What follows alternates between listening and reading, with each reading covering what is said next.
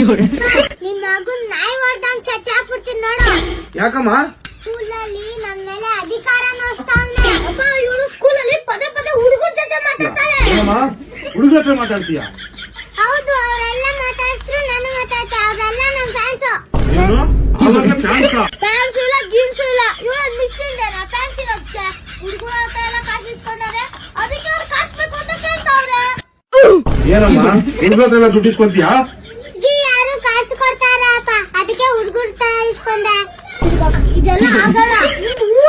ಇವಳು ನಾನ್ ದಾರಿ ಇಟ್ಟಿರ್ತೀನಿ. ಇಲ್ಲಿಂದ ಬರೋದಕ್ಕೆ ನಿಮ್ಗೆ ಜಾರಿ ಗೊತ್ತಾಗಲ್ಲ. ಗೊತ್ತಾ ನಂಗೆ ಇವನು ನನ್ ದಾರಿ ನೋಡ್ತಾನ.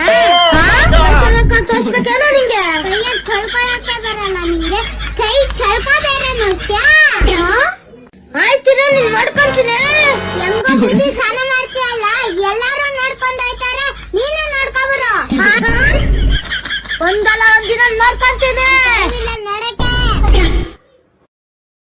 Download ShareChat.